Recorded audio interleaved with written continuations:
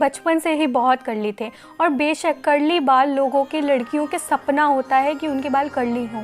लड़कियां पार्लर में जा के शादियों में, फंक्शंस में अपने बाल कर्ली करवाती हैं, पर मुझे अपने कर्ली बाल बिल्कुल पसंद नहीं थे। उसके अपने कुछ रीज़न्स थे, क्योंकि कर्ली बाल कितने ही लंबे क्यों ना हो जाए, वो गोल गोल गोल गोल घूम जाते हैं और कभी लंबे ही नहीं लगते। कर्ली बाल थोड़े से रफ़ भी होते हैं। तो इन कुछ रीज़न्स की वजह से मुझे मेरे बाल बिल्कुल पसंद नहीं थे, और मैं हमेशा ये सोचती थी काश मेरे भी सीधे बाल होते सब लड़कियों की तरह और लंबे लंबे होते, क्योंकि मेरे बाल चाहे कितने ही लंबे हो जाए वो गोल गोल गोल गोल घूम के छोटे ही लगते थे। तो अब क्या हुआ, अब और यूथ्स की तरह आजकल यूथ, आपको भी पता है, कितने केमिकल की तरफ अट्रैक्ट हो चुका है। केमिकल वाले शैम्पूज़, केमिकल वाला स्पा ट्रीटमेंट्स, ये सब आजकल यूथ बहुत ज़्यादा अट्रैक्ट हो चुका है। तो मैं भी उसमें अलग नहीं थी। मैं जो आजकल जो एक स्मूदनिंग हो रही थी, जो ये रिबॉन्डिंग हो रही थी, इससे बहुत ज़्यादा अट्रैक्ट हो चुकी थी, क्योंकि मेरे बाल कर्ली थे और मुझे उन्हें सीधा तो करना ही था, और ये मुझे परफेक्ट लगता था ये मेथड।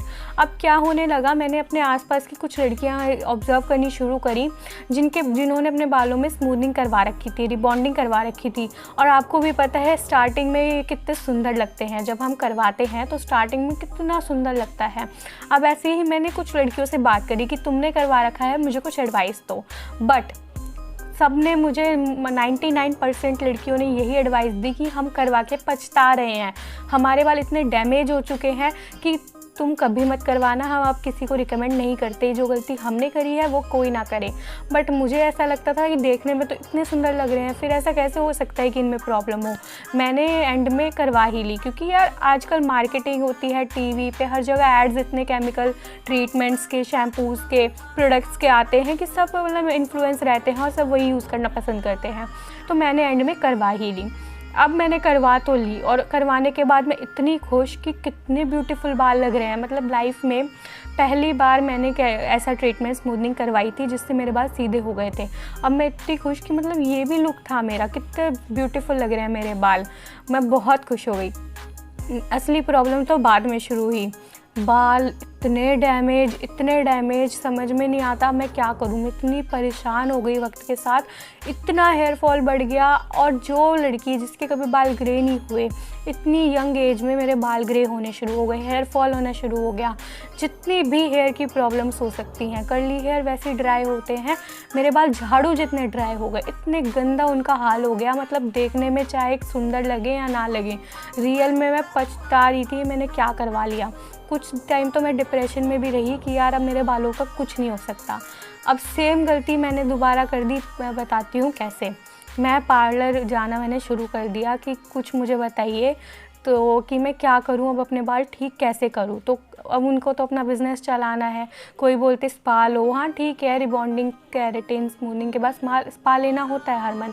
पर कोई दोबारा स्मूथनिंग कराइए, उस पार्लर वाली ने गलत करा है, हम ठीक करेंगे। अब फिर मुझे नॉलेज नहीं थी, मैंने पता कर करके दोबारा ही सेम गलती कर दी और दोबारा स्मूथनिंग करवा ली। कुल मिला के मैंने अपने बालों में 2 बार स्मूथनिंग कराई और फिर मेरे बालों का तो काम ही खेल ही तमाम हो गया। इतना ज़्यादा बुरा हाल हो गया। उसके बाद जब सेकंड टाइम मैंने स्मूथनिंग कराई, उसके बाद तो मुझे कोई रास्ता ही नहीं दिख रहा था कि अब मेरे बाल ठीक कैसे होंगे।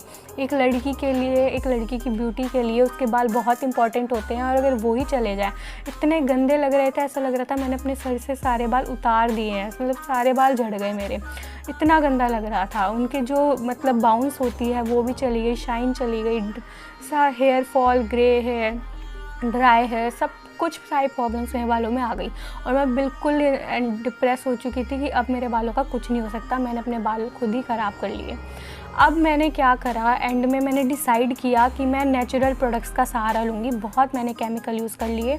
हाँ, स्मूथिंग के बाद अलग शैम्पूज़ मिलते हैं, अलग केमिकल्स मिलते हैं, हमें नेचुरल प्रोडक्ट्स यूज़ करने बंद कर देने होते हैं। तो काफ़ी टाइम तक तो मैंने उनका यूज़ करा, तो जो मेरे बालों की हालत ख़राब ही होती चली जा रही थी। लेकिन एक वक्त आया कुछ समय बाद जब मैंने ठान लिया कि अब मैं सब केमिकल बिल्कुल बंद कर दूँगी। मेरे बाल वैसे ही ख़राब हो चुके हैं, इसमें ख़राब होने के लिए कुछ बचा ही नहीं है। मैंने ये सोचा अब मैं रिज़ल्ट्स पे फोकस नहीं करूँगी, और जो भी नेचुरल तरीके से मैं अपने बाल रिपेयर कर सकती हूँ वो करूँगी। तो मैंने बहुत रिसर्च करी, बहुत जगह पढ़ा, रिसर्च करा, ढूंढा और किसी तरह से नेचुरल रेमेडीज़ का इस्तेमाल करना शुरू कर दिया। 100% मैं अपने बालों पे नेचुरल हो गई। यहाँ तक कि शैम्पू भी मैं ऐसे ही यूज़ करने लगी जो बिल्कुल 100% नेचुरल प्रोडक्ट से बना हो, 100%। और नेचुरल चीज़ें लगाना बालों में, उन्हें धोना, साफ़ करना, उनको रिपेयर करना, ट्रीटमेंट मैंने शुरू कर दिया।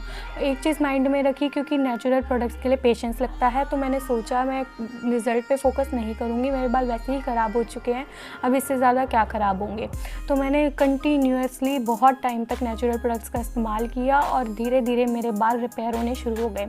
जो हेयर फॉल था वो कम होने लगा, जो मेरे बालों में शाइन चली गई थी वो थोड़ी थोड़ी वापस आने लगी। हालाँकि अभी भी मैं मेरे बाल अब पहले से बहुत ठीक हो चुके हैं, बहुत ज़्यादा।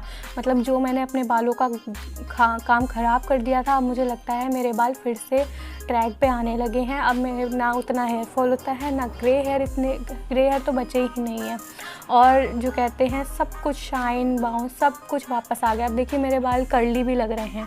पहले बचपन से नेचुरल तो बहुत ज़्यादा कर्ली थे, बट अब फिर से काफ़ी टाइम बीत गया है तो कर्ली भी हो गए हैं मेरे बाल। अब मेरे बाल बहुत सही हैं। तो मैंने देखा कि ऐसी बहुत सारी लड़कियाँ, जैसे मेरे बाल भी सीधे मैंने करवाए थे, तो जैसे मैं और लड़कियों के पास जाती थी कि मैं भी करवाऊँ, मुझे टिप्स दो, वैसे ही मेरे पास लड़कियाँ आने लगी कि तुम्हारे बाल कितने सुंदर लग रहे हैं, तुम भी मुझे टिप्स दो। यहाँ तक कि मेरे पास तो वो लड़कियाँ भी आती थी जिनके बाल पहले से ही स्ट्रेट थे। मेरे बाल तो चलो कर्ली थे, लेकिन जिनके पहले से स्ट्रेट थे वो भी चाहते थे कि हमें ट्रीटमेंट्स करवाएं।